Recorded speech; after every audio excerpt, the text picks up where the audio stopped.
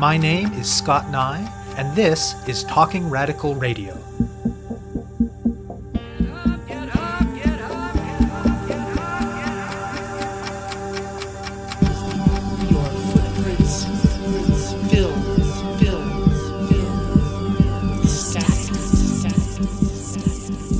Hello and welcome to Talking Radical Radio, where we bring you grassroots voices from across Canada.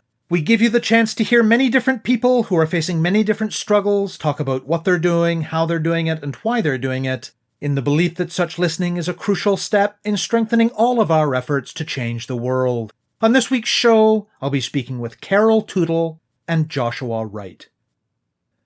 Carole Toodle grew up in British Columbia and first got involved in environmental and forest protection issues as a university student in the 1980s. By the time she moved away to Ontario a few years later, it felt like movements were winning important concessions and that BC was at least on the path towards protecting its old-growth forests.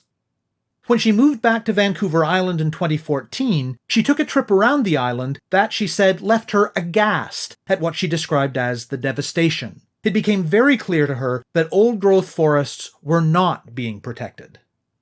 Joshua Wright grew up beside industrial timberlands and started to take an interest in forest protection issues about 5 years ago when he was 12 years old.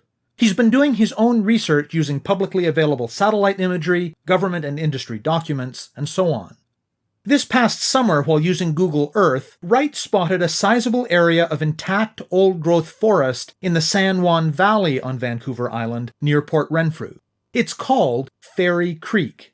He found that a company called Teal Jones has permits to build roads into the valley for subsequent clear-cut logging, and the process of building those roads had begun. Around that time, another activist happened to put Tootle in touch with Wright, so they compared notes and decided they needed to act. In the last 2 decades, a lot of environmentalism focused on forests in BC has taken the familiar form of click this, share that, donate here, email there, respond to a government consultation, and show up for the occasional demo. Toodle and Wright have done their share of this, but both have the sense that it just hasn't been working. They say that if you look specifically at big tree, old-growth forest, only about 1% of what used to exist now remains, or about 35,000 hectares. They estimate that, at current rates, the rest will be gone in about 3 years. BC's NDP government, which governed with the support of the Green Party, was elected in 2017 on a platform that included a number of promises related to improving forest protection. Despite an ongoing series of public consultations, Toodle says they have done the opposite. She says the loss of old-growth forest has actually accelerated under the NDP.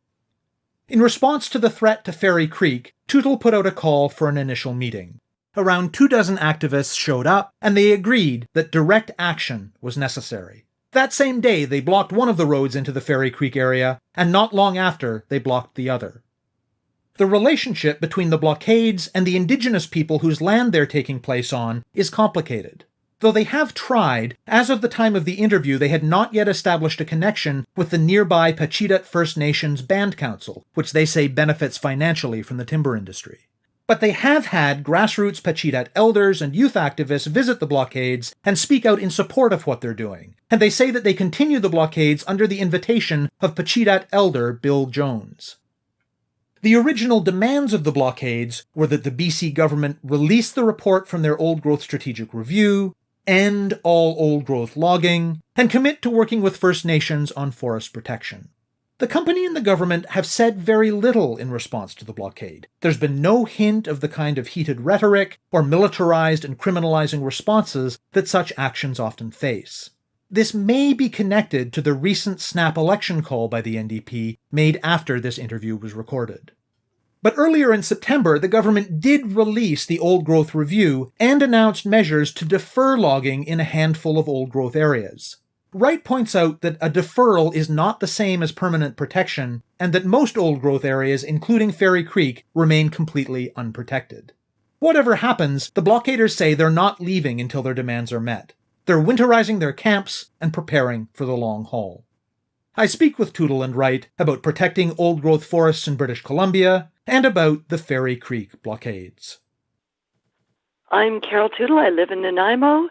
I was born in Victoria, British Columbia, and after Expo 86, I moved away from BC, after I graduated university and went to Ontario to get my start. At the time, I'd been a university environmental and forestry activist, and I honestly believed that things were improving. They were going to bring in ecology-based forest management. There was all sorts of optimism. I didn't return to British Columbia until 2014. In the meantime, I was involved in many other issues. But when I came back in 2014 and drove up and down the island and started to look at what was going on, I was absolutely aghast. I could not believe this is what happened to the land I'd been born into. I couldn't believe the devastation that I saw everywhere I went on Vancouver Island and across British Columbia. So I ended up getting linked up with a number of activists in Victoria. I, supported various NGOs for decades, and I campaigned for them. I realized nothing was happening. Vancouver Island had been more or less lost. We're down to the last of it, and same with British Columbia. My name is Joshua Wright, and I'm a forest defender and documentary filmmaker. I grew up next to industrial timberland, so I grew up seeing forests that I loved be clear-cut by timber conglomerates. And when I was 11 or 12, I started seeing pictures that the Ancient Forest Alliance was taking of, these massive trees and these massive stumps. And I got on Google Earth and I began mapping out old growth areas, and I began looking on which areas were being protected. I began looking at logging plans, and I've been doing that for 5 years now. I'm 17. And I've been watching from a distance and on the ground now and again as these amazing areas, one by one, are destroyed. And I've gotten sick of it. Clearly, the past scheme of environmentalism, where you essentially politely ask the government to save areas, isn't working. And right now we have about 3 years left of the biggest trees before they're all gone. About a month and a half ago, I discovered that the San Juan River Valley contained an area called Fairy Creek, which is intact. And I discovered that Joe Jones had plans to build roads into the head of that intact valley and clear cut it. So about a month ago, I got in touch with Carole and we started the old growth blockades. For the benefit of people listening in other parts of the country, what is the territory that we're talking about like? And talk in more detail about the status of old growth forests in BC. I'm 58 years old. I grew up with massive trees. I grew up with incredible forests. I grew up with lush, fresh air. I grew up with just the most beautiful surrounds. But basically, these lush forests and fresh air and cool breezes have been transformed. Vancouver Island, just like the rest of British Columbia, where natural forests were, are new forests, mainly monocrop plantations. We now suffer from massive flooding and massive drought. Prior to last summer, we had 3 summers in a row of the most intense forest fires ever. And each summer it was worse, with more land mass taken by fire and more intense fires. It's now humid in Nanaimo. It did not used to be humid over here. And even doing trails like the Wandafuka Trail, which I did a few months ago, it's beside clear-cut forests. Of course, you can't replace old growth forests. It's dead zone. I remember what it was like as a child, and all that's gone. We've essentially deforested a lot more than half of the temperate rainforest that used to stretch all the way from Alaska to California.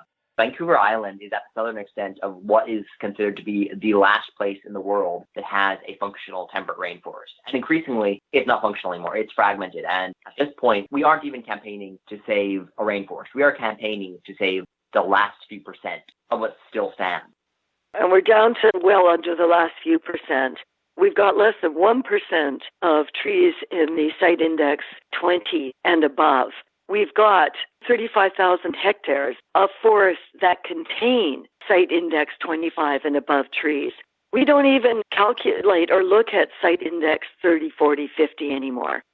And site index is an industry indicator of tree size in a particular area.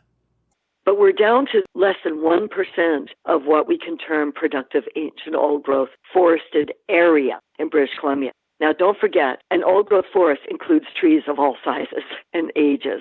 So everything's fragmented. And all the big giants, what we think are the iconic rainforests of British Columbia, especially Vancouver Island, we're down to an area of 35,000 hectares in all of British Columbia, and that includes the inland rainforest. It really is diddly squat. It's all fragmented. We're now fighting for the last little pieces to keep them. We're now logging over 10,000 hectares of old growth forest on Vancouver Island alone every single year. And there's 11,000 hectares now in the entire province of the ancient big tree old growth. And it's being targeted by industry, and only 6% of it's actually protected. So we are really down to the last few years of old growth logging before essentially the best old growth forests are entirely eradicated. And that 6% includes old growth forests of all ages, so mainly high elevation, bog, unproductive old growth. That's not even 6% of the valley bottoms. There's so much misunderstanding of data and numbers, and that's because government has been citing industry numbers for decades. Since Professional Reliance was brought in 2000, which basically handed over management of our forests to industry, government stopped doing all data, all inventory, and has basically left everything up to industry. We were logging on average on Vancouver Island until about 2015 or 2016, around 8,000 hectares a year. Then it went up to 10,000, and then when the NDP came in, it jumped up to 11,000 hectares a year. So the government that said they would fix this has actually made it worse. The NDP put people through all sorts of bureaucratic processes to give us hope. Last summer, I spent between June and the end of the summer writing responses to the Forest Range Practices Act review, then the Private Managed Lands Act review, then the Inland Forests Act review, then an environmental assessment review. And then at the end of all this, when you didn't think there could be another review and any more writing, came the old growth review. Another report and consultation, and I really had to fight to get that consultation. The NDP came in stating that they would start ecoforestry and ecology-based management, stop the export of raw logs, and basically return environmental decisions to British Columbians. They have done the opposite on everything, and they have actually allowed the increase of old growth logging. And according to the report by 3 scientists that came out in April 2020, we're down to so little ancient old growth, and at this point, it's well under 3 years of logging it that we have left. Before the blockades that we're focusing on today, what else had people who wanted to protect forests on Vancouver Island been doing in recent years? We've all written innumerable emails, submitted documents. I can't tell you how many years of my life I've spent just, forwarding research, summarizing, begging, getting on the websites of NGOs, doing their clicks, and nothing has happened. It's all this, I suppose, armchair, bureaucratic environmentalism. So my energy went through all the legal routes. I'm finally now to what we will call civil disobedience, because that is all that will now save what little left we have. There's an absolute divide and facade between the government that gets elected and the hopes of the people. This government has been great at building our hope and wearing out our energy. I've basically spent years writing and clicking and, showing up at meetings for environmental groups and for all sorts of events going on to protect various aspects of the environment. And nothing's come out of any of this. We have governments that say they listen, but they don't. It's business as usual. We have at least 2,000 species highly endangered, if not going extinct. They're shooting wolves and baiting, poisoning cougar to save the last of the caribou. And the caribou are dying off because the old growth that they are reliant on continues to be logged. The policy for the past several decades has been essentially talk and log, where the government says, yeah, we're going to commission a report, or we're going to, have a review, or we're going to, throw you a park or something. Or we'll just listen to your public comments for a few months and then do nothing. And meanwhile, as all of the environmental groups are putting their energy into campaigning, everybody has to send their letters to the Ministry of Forest to tell the Ministry of Forest that they, don't want old growth logging. While all the environmentalist organizations have been focusing on that, industry has been clear cutting one intact valley after another intact valley. And we're at the point where we cannot have any more discussions, we cannot have any more reviews, because it is happening now and it is ending now. Currently, one of the things that you're seeing happening all across the island is there are sort of these larger contiguous patches of old growth that the industry has kind of maintained a little bit as old growth reservoirs, as it were, that they would log on the periphery now and again, but they wouldn't really try to annihilate quite yet because that's sort of their next year's harvest. What you're seeing is that industry is putting inroads not to just take a chunk of these old growth areas, but to take all of the merchantable timber in a certain area. And whether that's Edinburgh Mountain or Fairy Creek or the KQs or so many other areas where industry is essentially planning to annihilate their old growth forests. Teal Jones just published a plan that they have for their management of this area that we're blockading called Tree Farm License 46. And in it, they say their game plan is to continue to exploit old growth and second growth resources until the old growth resource is exhausted. And that essentially means we are wanting to annihilate the last of the ecosystem. That is their game plan. And if we do not realize that, and if we do not confront that, and if we then do not take the appropriate action to stop that, then we will lose all old growth forests. Currently, all environmental groups across the board have failed in their duty to save these areas because, they've prompted public outcry, but clearly the government does not care about public outcry. The NDP, they campaigned on a science-based approach to forestry 3 years ago. And look where we are today. We're logging more old growth than ever, and we are running out of places left to destroy. How did the Fairy Creek blockades come about? Michelle Connolly of Conservation North in Prince George put me through to Joshua. And I don't know who talked to who, but Joshua doing the work he'd been doing, watching what was going on Vancouver Island. So I gave him a call to get a little information and go, wow, and there was this valley still not logged on Vancouver Island. I was on Google Earth and I was sort of looking around and I discovered this patch of green in the middle of a sea of clear cuts, this intact valley on Google Earth, this area that hadn't seen any industrial logging before. And what I found out was happening there was that Teal Jones had permits to build roads into the valley. And then using up-to-date satellite imagery, I discovered that they were, in fact, building roads into this valley. So I got in touch with Carole. So then I sent out an email to at least 30 activists that I knew in the Victoria area. Victoria is the hub of activism for Vancouver Island. So a meeting was arranged by Victoria activists to meet at Lizard Lake near Port Renfrew. And I was amazed. At least 24 people showed up just from a call out, an email call out. Port Renfrew, I think it's about an hour and a half drive from Victoria. It's a 2-hour drive for me from Nanaimo. People came from Nanaimo, Courtenay, Duncan, and mainly from Victoria. And that's what got us started.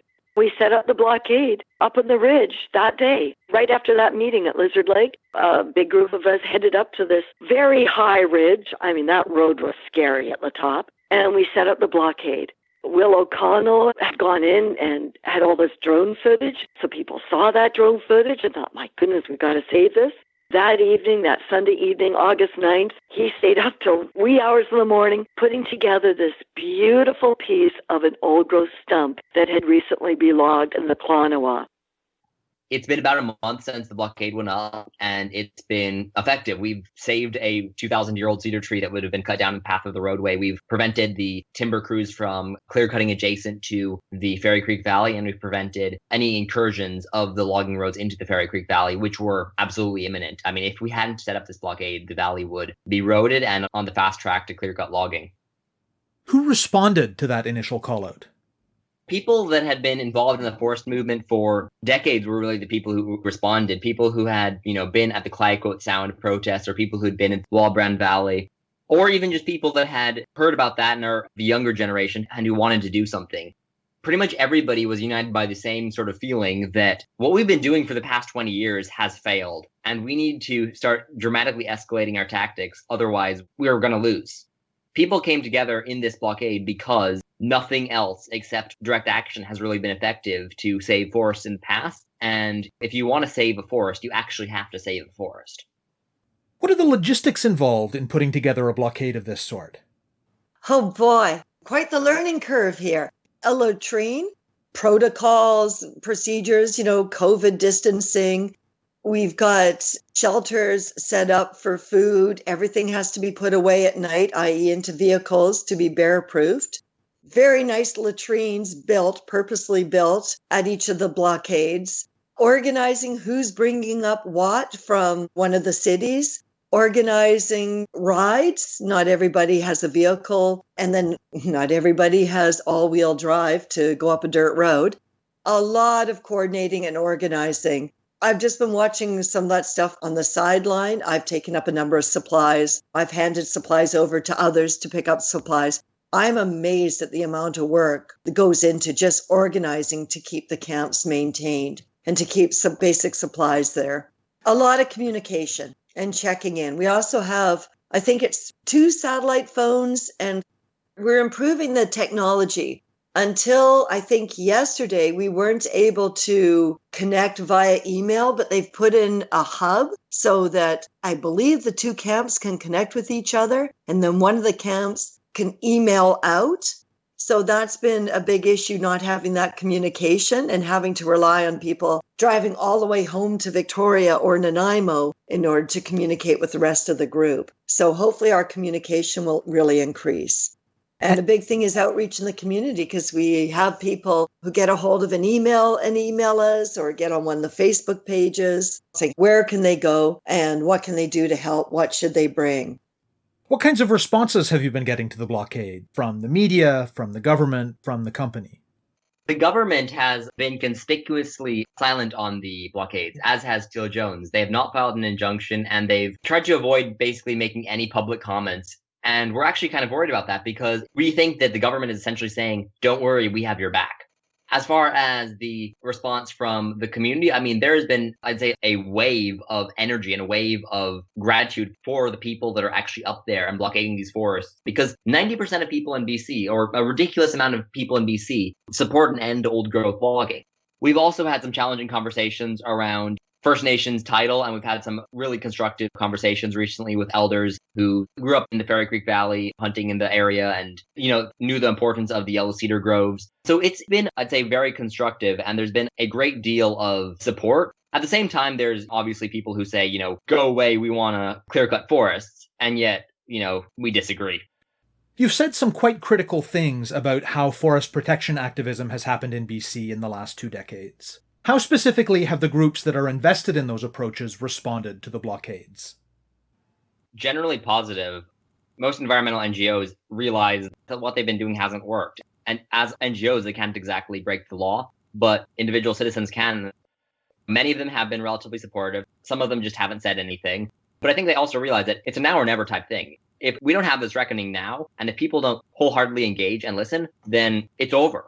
It's almost over now. Government has continued with improper, inaccurate, misleading numbers.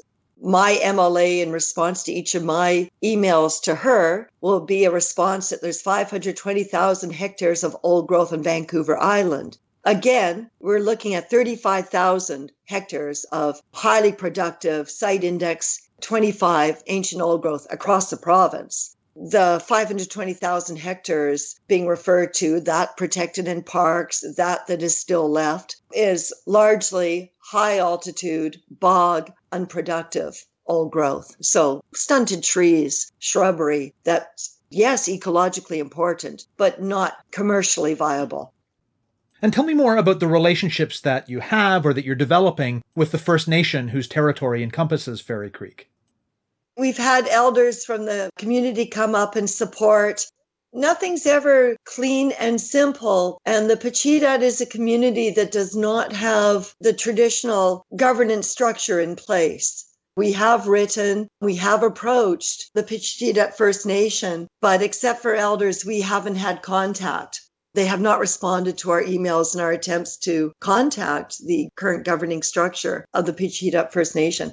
So it's quite a complex situation. The First Nation as a whole, and by that he means the Band Council, doesn't necessarily condone direct action, is actually supported in part by the timber industry, and in large part hasn't engaged with the protesters.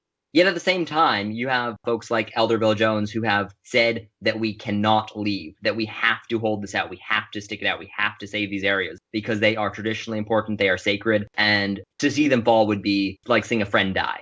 That is how important these areas are traditionally, and it's a really complex situation.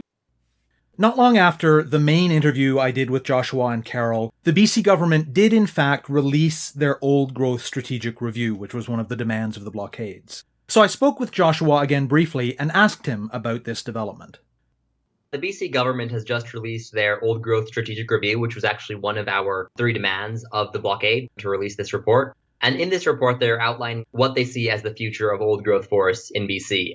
I think it's a pretty positive report in that it says we do need to start managing forests for old growth and for ecosystem health rather than for simply timber volume.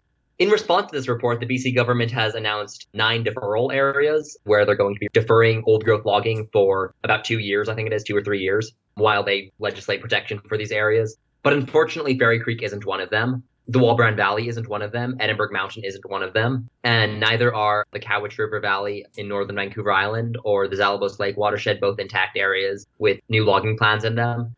At the blockades, we're pretty dismayed to see that they've ignored Fairy Creek, and we're pretty committed to staying there for essentially eternity until the BC government recognizes that Fairy Creek is exceptional and should be protected, and until the BC government ultimately ends all old growth logging. Unfortunately, deferments just mean they're going to defer logging. It doesn't mean that they're going to stop logging. It just means that they're pushing it down the road.